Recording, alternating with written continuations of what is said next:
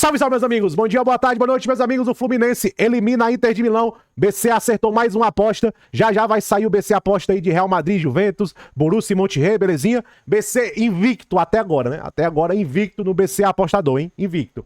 Osimhen, Juventus e Liverpool. Estão batalhando por ele? Deixa o like e se inscreve no canal, hein? Deixa o like e se inscreve no canal. Meus amigos, o Fluminense vence a Inter de Milão por 2-0 e está aí nas quartas de finais do Super Mundial de Clubes. Dessa vez o BCzinho caiu do cavalo no BC apostador. Não é possível, BC, que você acertou nesse jogo também. Será, rapaziada? BC apostador 3. Confere comigo no replay. Na do City, mais um pouco aqui. Gente, eu tô gravando isso aqui exatamente às 16 horas. Preste atenção. Preste atenção. Ainda vai ter Flamengo e Bahia.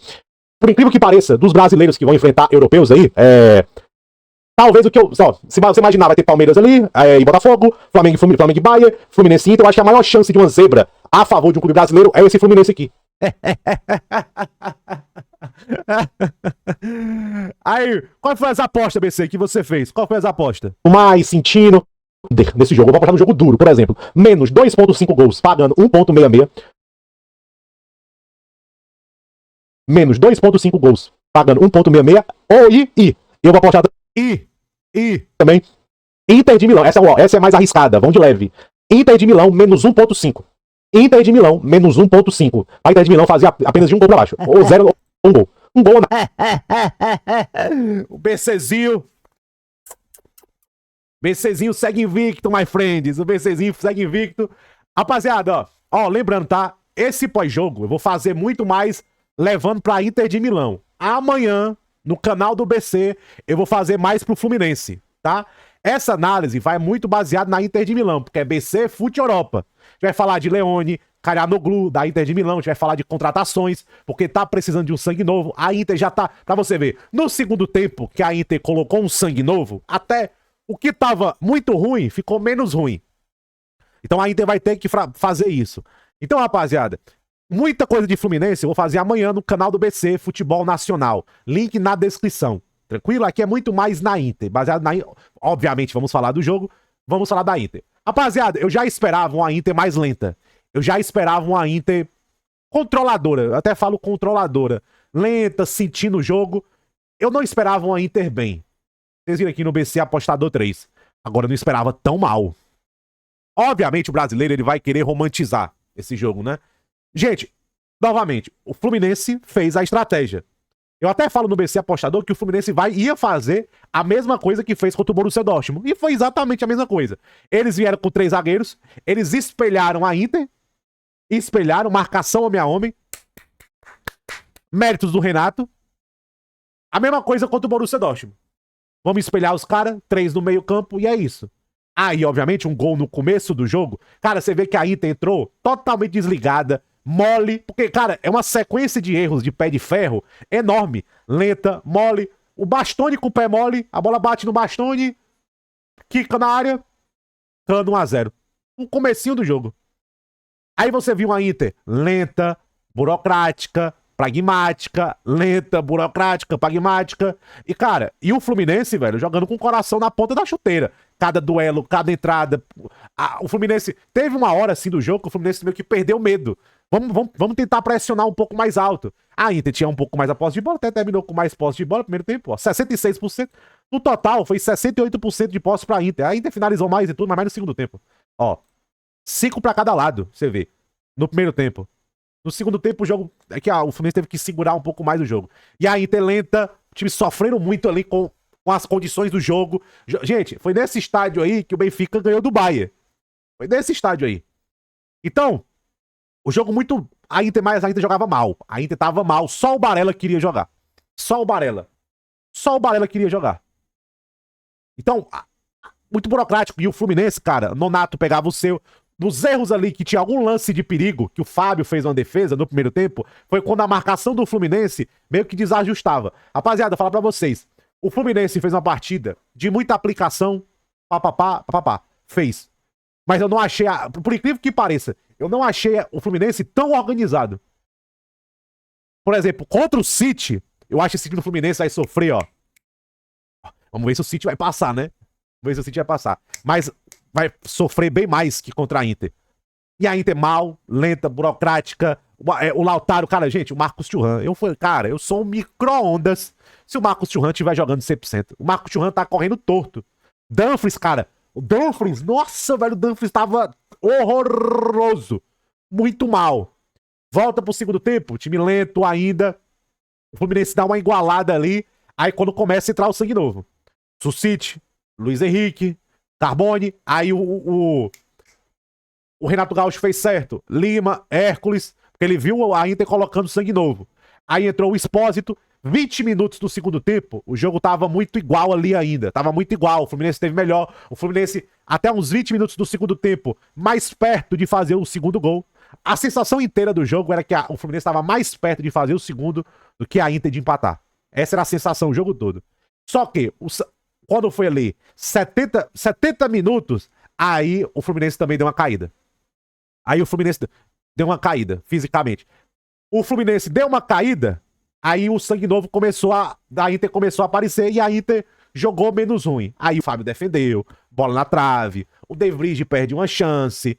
No final do jogo tava todo mundo se arrastando. Aí no final, a Inter, por exemplo, no final do jogo o De Vrij virou centroavante.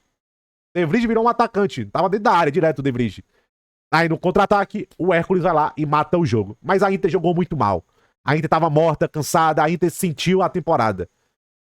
Gente, quem me acompanha, sabe, no pré-jogo de Champions, de PSG e Inter, eu falei, a Inter, ela tá com o elenco 100% disponível. Se estão 100% é outra história. E foi aquele 5-0 imoral que foi. A Inter é o time que vem disputando tudo. Copa Itália, Champions League, rodada a rodada com o Napoli. É um time que já chegou nesse Mundial de Clubes exaurido. Aí, pra completar, perde o treinador, chega o Kivu. Gente, eu tô vendo muita gente reclamar do Kivu. Rapaziada, era o que tinha, velho. Era o que tinha no mercado. Ia contratar quem? Contratar um treinador pra jogar com linha de 4? Sem nada de tempo, sem mudar o elenco. Ia dar errado do mesmo jeito, rapaziada. A Inter tentou o Fábricas. O Como não liberou. E aí? Todo mundo sabe, a Inter tentou contratar o Fábricas. O Kivu, ex-jogador, conhece o elenco, conhece tudo lá. É isso, foi por isso que a Inter contratou ele. E era a melhor escolha que tinha no mercado. O Dezerbe não ia sair. Era isso, velho. Agora é o elenco da Inter, gente, todo é construído pra jogar no 3-5-2, gente. Todo. Não tem muito o que fazer. Fluminense, ligado, marcação, estratégia. O Fluminense teve a estratégia certa. Jogou com a estratégia correta. Contra o City vai precisar de muito mais do que isso aí contra o City, rapaziada. Contra o City vai ser 90-10, rapaziada, contra o City. Esse jogo aqui, pra vocês verem. Eu sabia que contra... dos brasileiros que vão enfrentar europeus aí, talvez o que eu... se você imaginar, vai ter zebra a favor de um clube brasileiro, é esse Fluminense aqui. Por causa que a Inter vinha muito mal. A Inter vinha cansada, jogo em Charlotte, calor e tudo mais. Mas parabéns ao Fluminense. O Fluminense jogou com estratégia, jogou com o coração na ponta da chuteira. E foi merecido. E a Inter de Milão, gente, a Inter de Milão é resolver futuro e rejuvenescer. Por exemplo, a zaga Bastoni e Darmian, muito envelhecida. A Inter tá determinada em contratar o Leone. Gente, a Inter tem que contratar aqui o Leone, pra parte central. De Vrij não é mais jovem. A Seb tá velho. A Inter precisa rejuvenescer esse cara central da zaga e o melhor nome do mercado é o Leone. Aqui fala que a Inter tá determinada a contratar o Leone e tem um orçamento de 30 milhões de euros disponível. Vai ser uma longa e difícil negociação. O Parma não quer perder o defensor, mas o Leone é o principal alvo da Inter. O próprio Beppe Marotta fala, ele é um perfil muito importante, muito interessante para o futebol italiano. Eu não vou negar que ele tá na nossa lista. O Beppe Marotta fala isso, né, Mas no momento não estamos em nenhuma negociação com o Parma. O Beppe Marotta. Falando do Leone. Mas a Inter precisa rejuvenescer. Porque se tem um Bastoni. Aqui na direita você tem Pavard e Bissek. E tem lá na esquerda, Bastoni e Carlos Augusto. De Vrij e Aceb. A média de idade dos caras é 35 anos, cara. 35 anos. 2 zagueiros centrais. Leone. E tem que decidir o futuro do Calhanoglu. O Marotta fala que ele muito provavelmente vai ser jogador da Inter próxima temporada, as coisas podem mudar em um dia, entendeu? O Calhanoglu está aberto aí pro Galatasaray, a Inter não recebeu nenhuma proposta oficial, está esperando ver se o Galatasaray realmente está sério em contratar aí o Calhanoglu. Mas é um futuro de jogador importante. Outra coisa, próxima temporada, confiar mais em Fratesi, confiar mais em Sucite, confiar mais, esperar o Zielinski ficar saudável, confiar talvez mais num Carbone, tem que começar a colocar mais. Eu acho que depois de hoje, ficou bem provado que a Inter precisa dar mais minutagem pro Fratesi, né? E o Fratesi ficar saudável também. Então o Leone seria uma belíssima pedida. Mas se não conseguir contratar o Leone, tem que contratar um zagueiro central aqui, ó, rejuvenescer.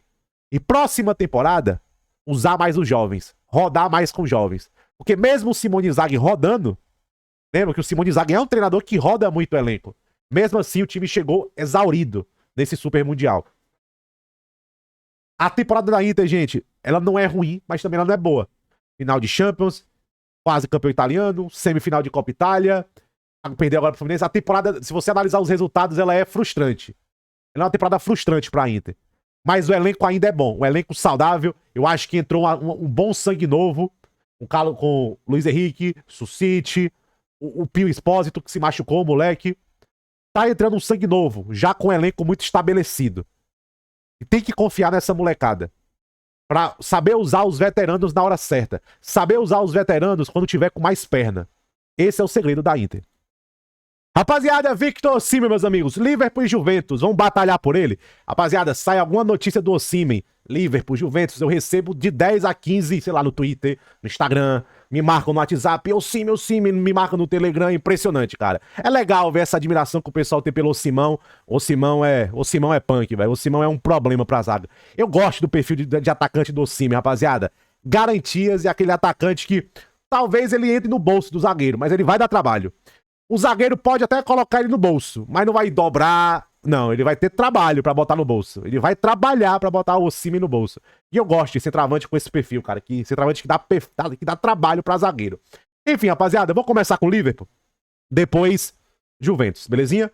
O Liverpool tá monitorando o mercado de noves, né? Isaac, Ekitike e Osimhen. E também o mercado de pontas, né? Que é um top ponta aí, de maneira preferencial para a esquerda. Rapaziada, o Chiesa deve sair. Isso é fato. E a situação do Luiz Dias e do Gakpo. O Liverpool sabe, gente, que a qualquer momento a Arábia Saudita pode bater a porta pelo Luiz Dias. E vai que um Bayern, um Barcelona, chega com uma proposta muito louca pelo Luiz Dias. Ou pelo Gakpo também. Então o Liverpool com certeza tá trabalhando, tá se precavendo. Eu quero estar ativo no mercado de pontas. Eu quero ver. O Malik Fofana pode se tornar uma oportunidade, por causa da situação do Lyon. Cara, o Malik Fofana pode pingar no mercado. Cara, tirando o Gittens, o Malik Fofana tem um enorme potencial.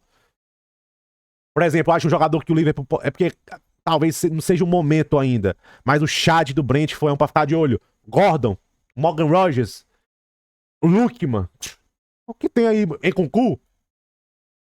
Obviamente não são pontas, né? O Lukman e o Morgan Rogers, o Gordon, né? O Gordon é um jogador muito admirado pelo Liverpool. Então, obviamente, gente, depende de saídas. Tudo do setor ofensivo do Liverpool depende de saídas. Precisa vender o Darwin Núñez antes. Precisa. Principalmente pelo Isaac e pelo Osimhen. Gente, o Osimhen é 75 milhões de euros. É um valor que o Liverpool acha que paga sorrindo. O problema é o salário do Osimhen. Gente, todo esse estado de Osimhen é o salário dele, cara. O salário do Osimhen é muito alto. Gente, é 12 milhões de euros limpos. E ele tem propostas pra ganhar mais por aí. Então qual é o motivo dele baixar esse salário? Ele não tem motivo pra baixar o salário. Ele tem uma Turquia oferecendo 15 e ele tem a Arábia Saudita oferecendo 40, 50 pro cara. Então por que ele baixaria esse salário? Agora, o fato do Osimhen até hoje, né? Até hoje não ter ido pra Arábia Saudita, talvez ele esteja esperando por algo. Por algo ou por alguém? Né? Talvez ele esteja esperando por algo, o Osimhen. Pode ser o Liverpool, pode ser a Juventus. Vai saber. Em relação ao Isaac, gente, é muito caro. O Ekitike é uma opção real. Mas tem que vender o Darwin Núñez também. Pontas, vender também. Eu não acho que o Liverpool, se vender o Chiesa... Se vender o Chiesa, vai ser ou o mesmo valor que pagou, ou perto disso. Se vender o Chiesa, não acho que o Chiesa vai desbloquear, trazer um ponta muito foda.